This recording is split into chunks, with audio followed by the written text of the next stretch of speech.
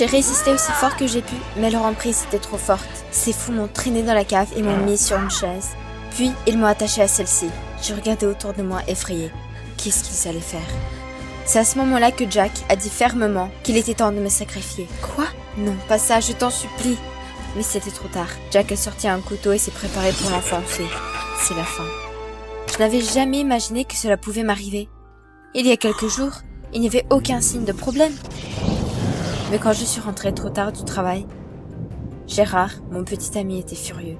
Il a créé que je passe 10 fois plus de temps au travail qu'avec lui. Et qu'en plus, en travaillant avec eux, je pouvais attraper la maladie de ces clochards.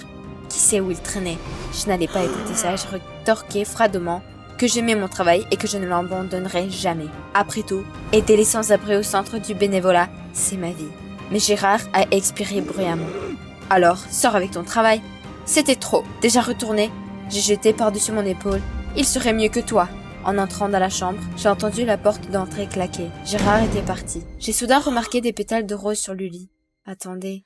Les bougies étaient éteintes et le dîner était froid. Gérard voulait m'offrir une soirée romantique. Quelle idiote je suis! Je me suis soudainement sentie si honteuse. Il voulait faire de son mieux. J'ai fait tourner le téléphone dans mes mains, hésitante. Tout d'un coup, un SMS de mon superviseur s'affiche sur mon écran. Me demandait d'être de service demain, mon jour de congé. Mais oui! Au travail, j'oubliais toujours mes problèmes et je me sentais plus heureuse. J'ai immédiatement envoyé un message pour dire que je venais plus tôt. On se réconciliera avec Gérard plus tard.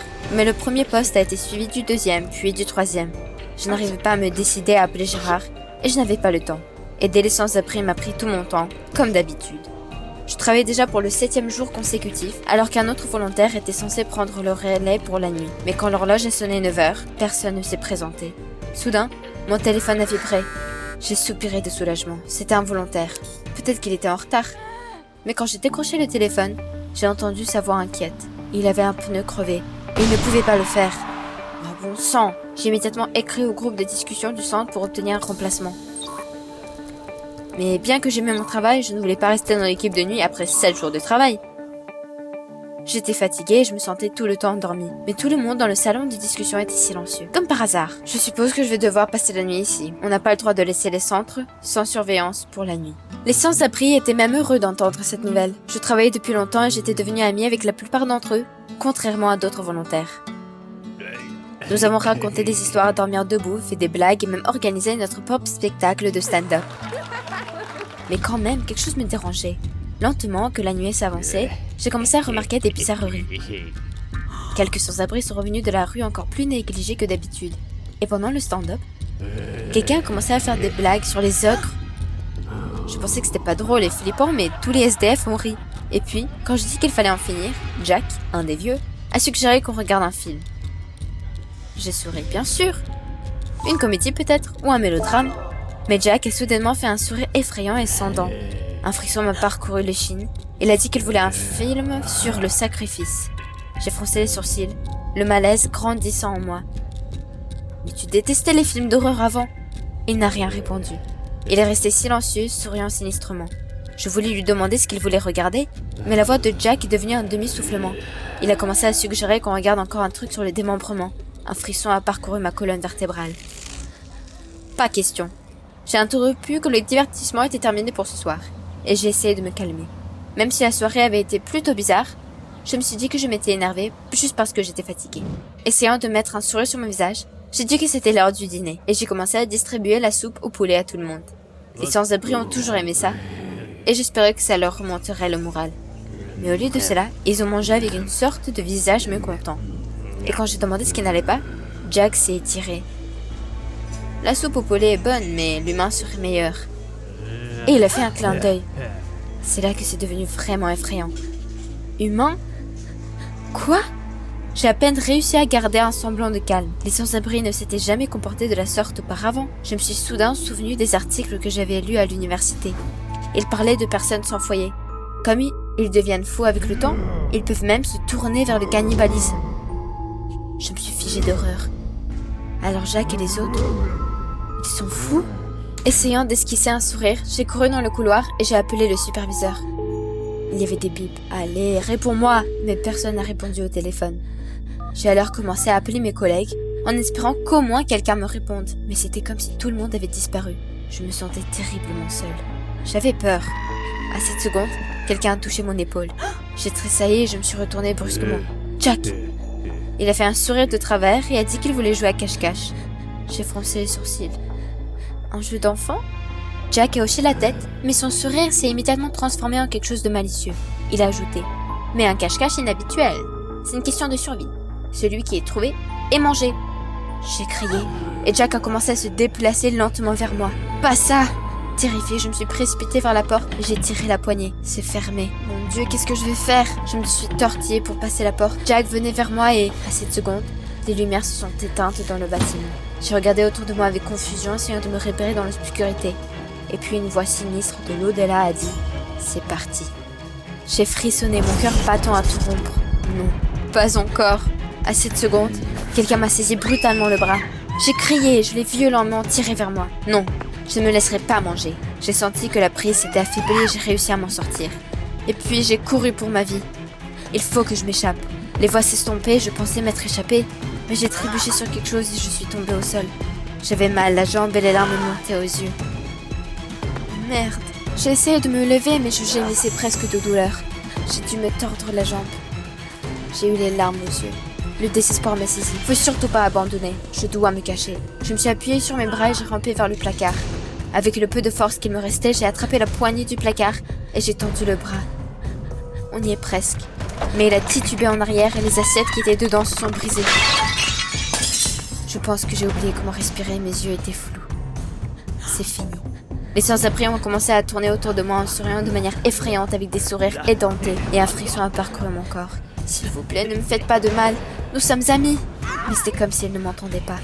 Ils m'ont attrapé par les épaules et m'ont traîné dans le sous-sol. J'ai résisté, mais ça n'a servi à rien. Quand ils m'ont mis sur la chaise, Jack a ri de façon furieuse et a soudainement sorti quelque chose. La lame brillait dans l'obscurité. Un couteau.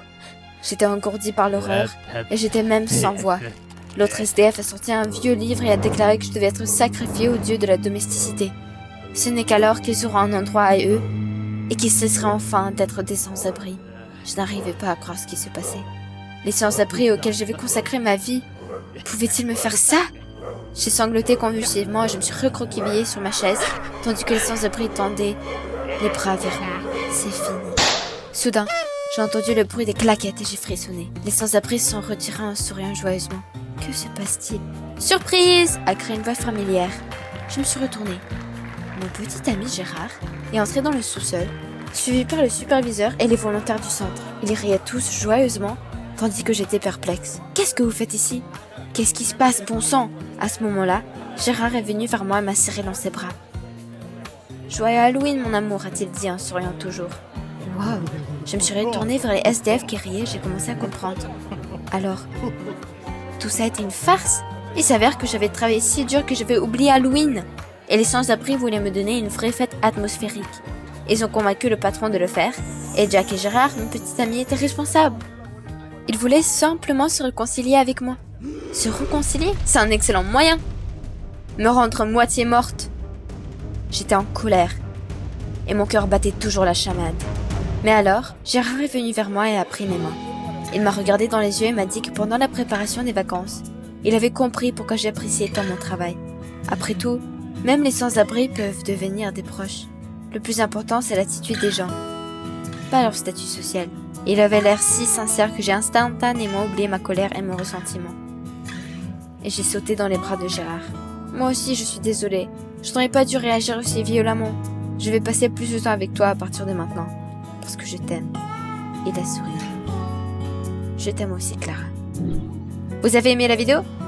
Abonnez-vous et mettez un like. Soutenez la chaîne. Merci. Je me suis arrêtée chez moi, mais il n'y avait personne. C'est vraiment étrange, mais où est tout le monde? C'est pourtant mon anniversaire, et je n'ai rien reconnu dans la maison. Les meubles étaient recouverts de draps blancs, et le seul bruit était le tic-tac menaçant d'horloge. Comme si personne n'avait vécu ici depuis longtemps. J'ai regardé au premier étage, mais mes parents étaient introuvables. Je les ai appelés maintes et maintes fois, mais je n'ai entendu que le numéro que vous appelez n'est pas disponible. Maman, papa, est-ce que vous êtes là?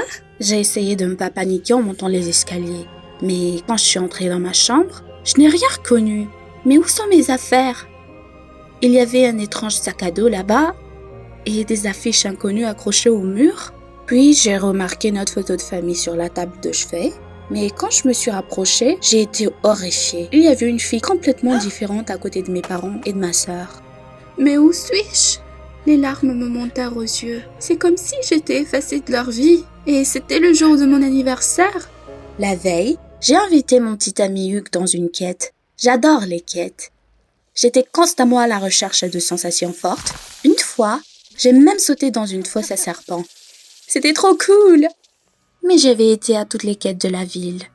Et cette fois, je ne m'attendais à rien de spécial. Mais c'était une chance de se rapprocher d'Hugues. Nous sommes devenus très distants ces derniers temps. Nous avons même moins parlé. Parfois, je pensais qu'il allait me larguer. Mais cette soirée était censée nous rappeler à quel point nous étions faits l'un pour l'autre. La quête s'est déroulée dans un sous-sol et nous y sommes allés. La direction nous a souhaité une sacrée aventure. Puis, nous sommes descendus des escaliers. J'espérais que ce serait un peu effrayant, mais ce fut un désastre absolu. Les accessoires étaient pathétiques, des boyaux de saucisses, des couteaux en plastique recouverts de peinture. À la sortie, ils ont accroché un fantôme gonflable. Sérieusement? J'ai ri de bon cœur et je me suis tournée vers Hugues. Mais il n'était pas là. Est-ce que vous plaisantez? Il se tenait juste là il y a 1 minute. Soudain, j'ai remarqué un bracelet déchiré par terre. C'était le bracelet que j'ai donné à Hugues pour notre anniversaire. C'était donc là la fin de notre relation? Hugues vient de me larguer. Ça m'a brisé le cœur parce que j'aimais Hugues. Pourquoi a-t-il fait ça? Au bord des larmes, je suis sortie et suis rentrée chez moi. Pendant que j'étais en quête, mes parents étaient occupés à préparer les vacances. J'attendais les ballons et les cadeaux. Mais c'était très calme à l'intérieur de la maison. C'était peut-être une surprise, mais je suis allée partout dans la maison et je n'ai trouvé personne. Où aurait-il bien pu aller? J'ai essayé de les appeler, mais à chaque fois, leur numéro n'était pas disponible. La maison elle-même avait l'air bizarre. Les meubles étaient recouverts de draps blancs, comme si personne n'y avait habité depuis longtemps. Je montais les escaliers jusqu'à ma chambre, mais je me suis arrêtée net dans mon élan. Tout ici était différent. Il y avait des choses étranges, un sac à dos, des affiches. Je me suis retournée dans la pièce, complètement perdue, et j'ai remarqué la photo. Toute ma famille était en train de faire chouchou avec une fille. Mais c'est complètement insensé, ça devrait être moi. Horrifiée, j'ai reculé et j'ai laissé tomber la photo. Le verre s'est brisé avec un fracas. Mais c'est un cauchemar, je vais me réveiller. Il n'y avait aucun signe que j'avais déjà vécu ici dans la maison. Au lieu de ma chaise préférée, de mes livres, de mes récompenses, j'ai trouvé des photos de cette fille et des choses inconnues partout. Je crois que j'ai perdu la tête. Ma famille n'a toujours pas répondu à mes appels. Oh, et si quelque chose leur était arrivé? Puis, je me suis souvenu que l'oncle de mon ami Chris était un policier. Peut-être qu'il pourrait m'aider. J'ai appelé Chris et, après un long moment, elle a répondu. Ouh! Salut Chris, c'est Sarah. Je lui ai donné une brève description de la situation et Chris a dit qu'elle savait quelque chose.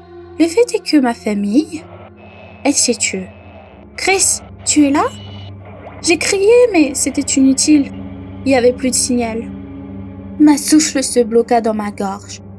Donc Chris savait où tout le monde était? Je me suis immédiatement précipitée chez elle. J'ai longuement et fortement frappé à la porte. Personne n'a répondu. Une voisine était sortie de la maison d'en face. « Tu ne devrais pas frapper à la porte. Il n'y a personne ici depuis 1 an. » grogna-t-elle. Mais alors, où est passé Chris? La voisine a répondu qu'elle avait déménagé après la mort de son ami. La vieille femme a claqué la porte. J'ai rien compris. Chris n'avait pas d'autre ami, juste moi. Mais j'étais pas morte. Chris, ouvre maintenant, ce n'est pas drôle, criai-je, frappant encore plus fortement à la porte. Et puis, ma sœur aînée a appelé. Dieu merci. Mais Johanna avait fait comme si elle ne me connaissait pas. Bonjour, j'ai un appel manqué de votre part. Avez-vous appelé? Eh, Johanna, c'est moi, Sarah. Mais ma sœur a commencé à crier que j'étais une menteuse. Sa sœur était morte depuis 1 an. Cela n'avait pas de sens, Johanna. Je suis là, je suis vivante. Mais elle n'écoutait pas. Johanna m'a accusée d'être impliquée dans la mort de sa sœur, Sarah. D'une voix folle de rage, elle m'a menacée de me rendre. J'ai raccroché frénétiquement. Johanna n'arrêtait pas d'appeler, mais j'avais déjà tellement peur que je n'ai pas décroché le téléphone. Et soudain, j'ai senti comme si on m'observait. Je me suis retournée, mais il n'y avait personne autour. Je frissonnais de peur, comme dans un film d'horreur. Ce n'était pas le genre de 20e anniversaire dont j'avais rêvé. Ne sachant pas où aller d'autre, je suis rentrée chez moi. Il était déjà tard quand je suis arrivée chez moi. Tout me paraissait encore plus étrangère dans le noir. J'avais peur d'entrer, mais je remarquai une lumière dans ma chambre. Quelqu'un était de retour. Ravie, j'étais déjà sur le porche quand la porte s'ouvrit en grinçant. C'était Johanna. Elle a souri malicieusement, disant que c'était bien que je vienne à elle moi-même. Vous répondrez de la mort de Sarah, cria soudain Johanna, et se jeta sur moi. J'ai couru, paniquée. Mais que se passe-t-il? Johanna, reviens à tes sens. Mais je suis ta sœur. Mais Johanna m'a conduit dans les ruelles étroites et criait que je ne pouvais pas m'éloigner d'elle. J'ai essayé d'appeler à l'aide, mais il n'y avait personne dans la rue. Et puis j'ai vu un signe qu'il y avait un café ouvert 24 heures sur 24 à côté. Je me suis précipitée là-bas. J'ai couru vers l'entrée et j'ai tiré la poignée, mais elle n'a pas bougé. Et puis j'ai vu une pancarte sur la porte qui disait « Nous avons déménagé ». C'est fini. Je regardais en arrière, je pouvais déjà voir la silhouette inquiétante de Johanna à la lumière de la lanterne, juste à côté. Merde, c'est fini. Mais ensuite, j'ai remarqué la même quête où j'étais avec Hugues. La porte du sous-sol était entrouverte. C'était ma chance. Je me suis précipitée à l'intérieur et j'ai barricadé la porte. Mais Johanna l'a martelée fortement. J'ai prié que la porte tienne. La porte se pliait de plus en plus sous ses attaques. Les charnières étaient sur le point de s'envoler. Quelques minutes plus tard, ça s'est arrêté. Était-elle partie? Mais juste au moment où je poussais un soupir de soulagement, j'ai entendu un fracas assourdissant. Johanna a brisé la porte avec son pied. Des éclats se sont envolés sur moi et le visage fou de Johanna est apparu dans le trou avec un sourire tordu. Terrifiée, j'ai couru dans les couloirs sombres du sous-sol. J'ai entendu que Johanna était déjà à l'intérieur, me suivant de près. Désespérée, j'ai regardé autour de moi et j'ai crié à l'aide, mais personne n'a répondu. Soudain, j'ai heurté un mur. Que dois-je faire ensuite? Johanna était déjà proche, j'avais nulle part où courir. Et puis, j'ai vu le placard, c'était mon dernier espoir. J'y suis montée et je me suis assise là, essayant de ne pas respirer. Mais j'avais déjà entendu Johanna entrer dans la pièce. « Sortez, je sais que vous êtes là !» Elle a commandé. Puis, j'ai entendu les pas s'approcher. Je ne pouvais plus bouger, tellement j'avais peur. Soudain, la porte du placard s'ouvrit. « S'il vous plaît, ne me faites pas de mal !» À ce moment-là, j'étais aveuglée par un éclair de lumière vive, ouvrant les yeux avec difficulté. J'ai vu mes parents, tous mes amis, Chris et Hugues. « Joyeux anniversaire !» Tout le monde a crié. Johanna a fait un clin d'œil. Il s'est avéré que Hugues l'avait persuadé depuis longtemps d'organiser une quête unique pour moi. J'avais donc tort de soupçonner. Et Hugues m'aimait vraiment, puisqu'il avait tout planifié. Il a convaincu tout le monde. J'aime tellement les sensations fortes. C'était donc un canular. J'ai failli m'évanouir de peur. Je voulais crier ce que je devrais faire avec eux pour de telles blagues. Mais soudain, ma vision s'est assombrie et le sous-sol a semblé tourner devant moi. J'ai commencé à m'étouffer et à perdre connaissance. J'avais à peine ouvert les yeux. Où suis-je? Que se passe-t-il? Mais le médecin est venu vers moi et m'a dit que j'étais à l'hôpital. J'ai été amenée ici en ambulance. Je me sentais très faible. Étais-je en phase terminale? Mais le médecin m'a rassuré que c'était un évanouissement. Et maintenant, tout allait bien. J'avais juste très peur. Tu ferais mieux de faire autre chose que de faire des quêtes, plaisanta-t-il. Le médecin a dit que j'avais un cœur faible. Heureusement, je n'ai pas eu de crise cardiaque. Je me sentais très triste de m'être rendue dans cet état. Pour tenter de me chatouiller les nerfs, j'ai complètement oublié la vraie vie. Voilà. Plus d'horreur. Des amis et des membres de la famille anxieuse sont entrés dans ma chambre. Ils avaient des cadeaux entre les mains et Hugues m'avait apporté un bouquet de mes fleurs préférées. Merci, dis-je avec lassitude. C'est le 20e anniversaire que jamais je n'oublierai.